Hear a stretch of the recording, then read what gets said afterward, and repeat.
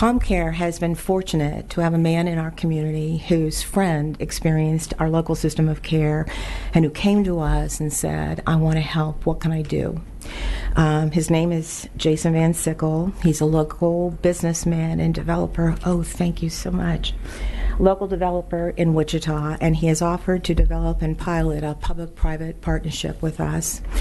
Jason made a presentation about this partnership on Monday in the BOCC staff meeting, and by Monday afternoon, our medical director, Dr. Lear, got an email from the chief resident of KU School of Medicine's first-year psychiatry residency program asking what first-year psychiatry residents and medical students could do to help in some kind of volunteer capacity. Excuse me. Yesterday, I got an email from a vice president of a local insurance company that says, I live in this community too. Let me know what I can do to help. So this tells me that there are potentially many Jason Van Sickles in our community who want to reach out and help. And at this point, I'd like to call Mr. Jason Van Sickle up to talk to you about the pilot partnership that we are introducing.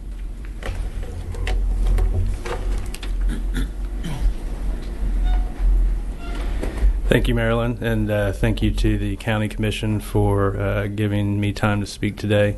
As we visited on Monday, my background is that I got involved with COMCARE because a little over a year ago, I had a dear friend who had the unfortunate experience of having to put her brother into rehab. And not only did she have to put her brother into rehab, she had to put her brother's wife into rehab simultaneously. And this was a family with young kids. And so this is a very traumatic experience to have to, as two families, come together and figure out how to get these young adults the help that they needed. But the first hurdle that they came into was just trying to figure out how to get them to the help to detox, because most people may not know, but to get into a rehab program, you first have to go through a detoxification program. And they found out at that time that there were no beds, there were no programs available to somebody who was ready to stand up and say, I've got a problem and I need help. And so when I read in the newspaper about a year ago that that COMCARE was creating a community crisis center, one of the things that it was going to do was to create a place where people could go when they were ready to seek help and better themselves. I decided that I wanted to see if there was anything I could do to help. As a real estate developer, I offered my services because at the time they were in a site selection process and they were trying to figure out not only where they could go, but how they could make the numbers work and how they could bring all the pieces together. So I simply said, as a member of the private business community and somebody with a little bit of real estate experience, let me know if I can be helpful. I was then brought in and shown the facilities and the plan and all of the amazing things that COMCARE does, and I was blown away by how broad-reaching COMCARE is with the important services that it provides our community. And as I joined the board for the Community Crisis Center, and that center found a home, and discussions began with the commission about how COMCARE could possibly look at its future, going into a future with reduced state and federal funding and going into a future where every tax dollar has to be looked at carefully and how it's spent, because that's a very important responsibility. I began to talk to Marilyn and her staff about the possibility of following a national trend where public-private partnerships are created. And that is the direction that the COMCARE staff decided to go in reaction to, or in response to, the commission and the desire to see and make sure that COMCARE was financially viable going into the future. And so this really is the result of a year or more's worth of work. I'd like to take a moment to thank the council, because last year, under the guidance of our previous commissioner, who was head of the commission at the time, Commissioner Ranzow, who's actually my representative downtown as a business owner, a resident, and a property owner downtown, the commission had brought up this idea of exploring options. And so COMCARE created an internal plan. It created an internal plan of starting a 501c3 nonprofit that would bring in the private sector to partner with the public side. So what I mean by that is private business representatives and community leaders coming together on a board of directors of a nonprofit organization to partner on that board of directors with other members who would be from all of the various social service agencies that COMCARE impacts, which is every agency that the county is involved in, and have that group work together to look at COMCARE, see where efficiencies could be created, figure out a plan for the future. And working with the present chair of the commission and you as commissioners, we have presented a plan where we would create that 501c3 and move forward. And as we do that now, I think one of the most important things in moving forward is accountability and actionability. And so since we spoke on Monday, I have also received a number of calls from people saying, how can we help? We had no idea the impact COMCARE has. If this is going to be a public-private partnership, we'd like to get involved. And there's also been questions about what are you going to do? What's the timeline? How are you moving forward? And so I think that one of the most important things is that this is a fundamental shift, a fundamental long-term shift in COMCARE in a positive way. But it also needs to be an immediate shift that has tangible results. And so as we move forward into the next 30 to 60 days, the goal is going to be to form a board of directors for this new nonprofit, to get the legal structure in place, and to begin putting a very detailed plan together for the items that can be done. On a broad scale, what we're going to be targeting is how to do more with less taxpayer dollars. That is our motto at this point. How to provide and maintain, at the very minimum, the level of services that COMCARE has come to provide its partners and the other county agencies and the city of Wichita and the county of Sedgwick County, but also improve and increase those without any increased burden on the taxpayers, and hopefully to see that burden on taxpayers decrease. That is the goal. And the way that we will do that is through several key initiatives. Number one, bringing in that outside private sector expertise to shine a spotlight on everything. Nothing's holy. We need to look at everything and how it's done and make sure it's being done the right way and see if there's new efficiencies that could be created and if there's ways that things could be done better. Also through the advice and oversight of private sector business professionals who have ways in the private sector of doing things that it might not have been thought about like that in the public sector. We're also going to look at reducing costs and increasing services by implementing a volunteer program so that we can get more people directly involved with COMCARE without additional cost to COMCARE.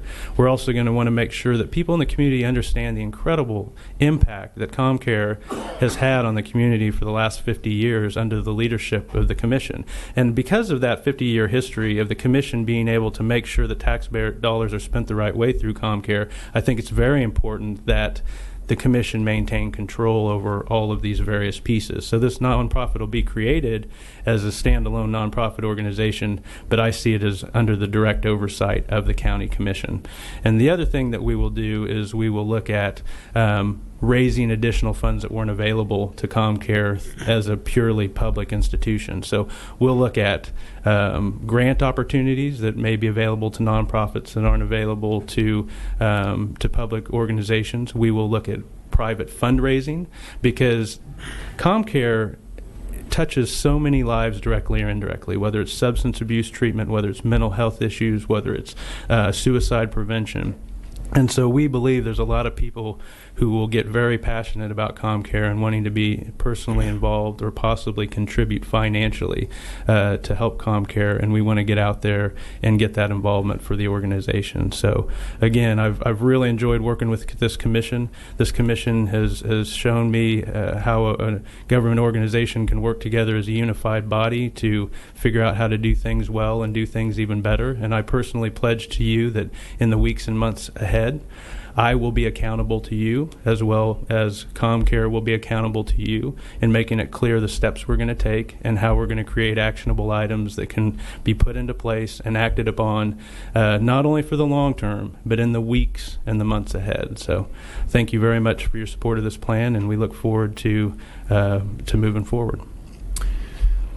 Changes are ahead regardless whether it be through the RFP or through this public-private partnership. I guess it's interesting to me that the RFP has a kind of a cold reception. People are very worried and nervous about what that means, and yet this one seems to have a very warm reception. Can you explain the difference between the two? I think the way that I've seen it is that there's been a misunderstanding. This proposal is a result of that conversation about the RFP and the initiation of that process. So I think that the initiation of that process was a good thing. It made everybody reevaluate and rethink. I think that the misconception was that somehow the commission was going to get rid of COMCARE or sell it off or do some wholesale dismissal of the organization. And I never saw that as the goal of the commission. I saw the potential RFP as a desire to just simply see if things could be done better, if there could be an outside component brought in that could bring in some more efficiencies and do some things better. And what happened was the first group to step to the table before the RFP was officially released and to address the request for an RFP was COMCARE, and COMCARE created a proposal. And so I'd like to say personally that I see this as a process that was successful. It was the commission saying, how can we do things better? And we'd like to see proposals. And it was COMCARE presenting a proposal and the commission saying, you know what? We will give this internal proposal a shot first before we go outside and bring in outside people to look at what could be done. And to your question earlier, I really do think that we should be open to anything. As a business owner, if somebody comes to me and says, I can do something you're doing internally, but because of economies of scale or efficiencies, I can do it better, then I would welcome them to bring in their outside consulting service or their outside organization. And that's why I think it's important that we have internal stakeholders like our partners at the other county organizations and business owners that have that perspective to say, as long as it won't diminish the quality of what COMCARE provides, as long as it won't take away the ability for the commission to say how taxpayer dollars are spent, if somebody comes with a proposal to do things better and increase efficiency or decrease costs while maintaining the quality of service that COMCARE provides, then I think we should look at every option. So that's even another layer as to how this proposal is actually embracing the whole philosophy of that RFP proposal that went out there. So again, I see this all as a very important process that was gone through and a very good initial answer to why that process was put in place. I think that the makeup of the board and the number of members and how that's done and who sits on that board, whether these are county employees or these are community partners, I think that those are really important details. And so those are the kind of things I'd like to see those things figured out. Someone needs to make a proposal and get that on paper. Let's understand that fully before we, I guess, limit our options in any way. Yeah, I think that what we had discussed when we met with each of you individually and then as a group is that to move forward with this initiative, it needed the support of the council. And we got a vote of confidence today. We've been told that we have your support to move forward. I would really envision moving forward now that everybody's on the same page and sees this as a good direction to be heading at this point in time, that it's agreed upon that this is a direction to go, but that at every step of the process along the way it's reevaluated. I mean, that's just what needs to be happened. We need to, now that the community knows that the commission is behind this plan and wants to see where it can go, that we can form a board that has the confidence that they're volunteering to be on a board of an actual organization and not one that just may occur. And then that board can create a plan for what happens in the weeks and months ahead so that we can start creating actionable items to be acted upon. And then myself and or others can come before the commission as we go through each of those steps so the commission can stay informed and make sure that it's the direction that it wants to continue to go. So I appreciate the commission saying that the possibility of a request for proposals is going to be put aside, that we're going to try this, we're going to see where it goes, that you have done a vote now to say that you want to see where it can go. And so the next steps will be to reach out to individuals and say, this is going to be an organization we are creating with the support of the county commission, and now we need to define the detailed items that this organization is going to be doing going forward, and then be held accountable to that month after month, as often as you would like me or others to come back and report to you on what's happening and make sure in public forums or private forums that it's going down the track that's meeting each of your individual desires for what needs to be accomplished. That's the direction that I think we're heading at this point. Just because I want to make sure we're clear, what I'm expecting from in the future is to have some definition and when that's understood to the greatest extent, until you hit some barrier. In other words, I know at some point you have to make the application for a 501c3. Right. And I don't know if the board of directors has to be defined before It that. does. I don't. Okay, so It does. there's things to do between now and I guess saying we're limiting other options and we're moving in this direction. And I guess get those things defined as much as possible and make that presentation back to the BOCC. Let's officially pull the trigger on this thing and go that direction. But let's get that definition as much as possible, so that we know exactly what we're dealing with, and we understand the terms, we understand the accountability, we understand the performance measures, we understand the board of directors, we understand our ability to control what happens, whatever level that is. Yeah, I I like that. I like the idea that what we can do as we move forward is, I would like to think that we've got the green light to move forward, and that there's not going to be a scheduled vote at any point in the future to say, well, now we're going to choose whether to really move forward or not. I would prefer to have it be the statement today that the commission said we're moving forward, but the commission has veto power or to decide to stop that movement at any point in time if it's not meeting the needs and the desires. And so as we move along and we get ready to file the 501c3, the commission reviews that and agrees to go ahead and file it. As we move forward and put a plan of action for the months and the year ahead, the commission reviews that and agrees to and decides whether to approve or not to approve that. And at any point during the time, if it doesn't look like this is a direction that's going to yield the results that the commission wants, of course the commission has the right and responsibility to go look at other options at this time. And so I would prefer this be that we have been told we're ready to move forward, so we can tell very important potential board members that we are moving forward, but that we need to work hard, because if we don't accomplish the things that we pledged we could accomplish, and we don't do that along with the county commission, that at any time the commission has other options that it could invoke. I don't see any other comments. I want to say just thank you to both of you for the presentation today, and I'm looking forward to good things in our future. Thank you so much for being here and for making all the comments and answering all the questions today. Thank you. Thank you.